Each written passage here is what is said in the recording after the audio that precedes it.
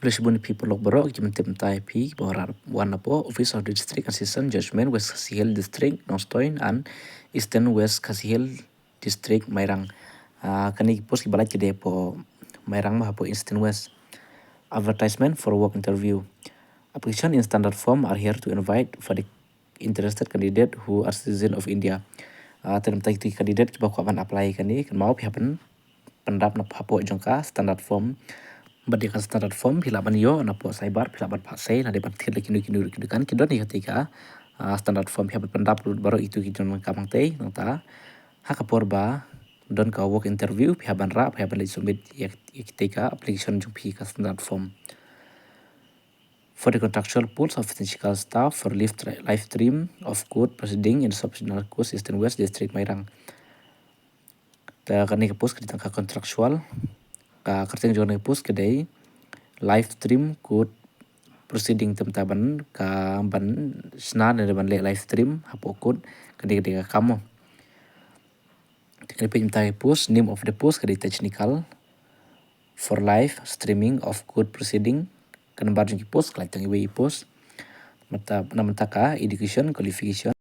kedai berada bi ka BSc berkumjuru ka computer science lane IT BCA or equivalent with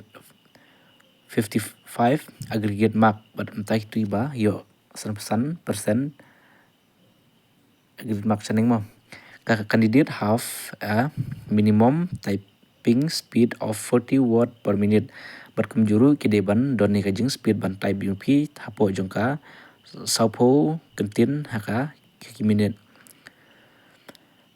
Temtaka age limit kadai kat plus 6 hadu arpanyos 6 balam taki SC/ST candidate kila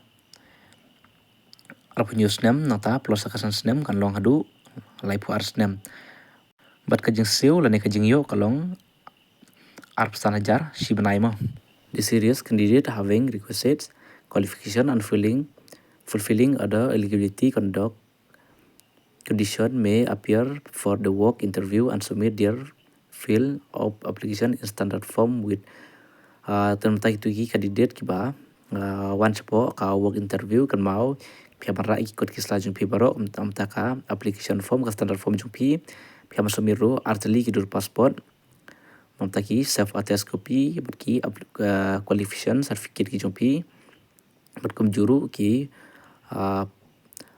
ka bas certificate ki jung pi ki SC certificate ki jung pi di pihak panwara dapo jongka pihak panwara daka original mo. Bat pihak panwara ru yaki qualification pi pihak panwara napo yaki original copy jongpi. Experience as well as no objection certificate from the present employer if engaged in the government along with the self attest stamp envelope with complete address. Tekum juru pihak panwara ru bat yaka self attest stamp berkum juru ke envelope Beraka envelope hiaban to yaka address ke jongpi upin code berupun nomor berkumjuru email ID jongpi hapo jongka envelope banatap haban subit hapo divisional code Eastern West Kasihil District Mairang hapo jongka shpo am akanan retorik jun arja arpsan but application kinsim tang hadu ka shpo steng tang hatehi kasngi kan retorik jung benai jun kin application form kin sim tang adu ka shpo beji adu ka shpo steng tam nanta kim sim su mo dalam tai tu candidate ki bakwa pan apply kani kan mau pihak ban lik kam kloi kan ba pinio ban submit mo la pislam pi tam ya ka shpo steng kim om sim su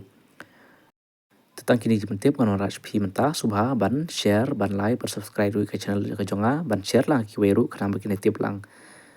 kublesibun.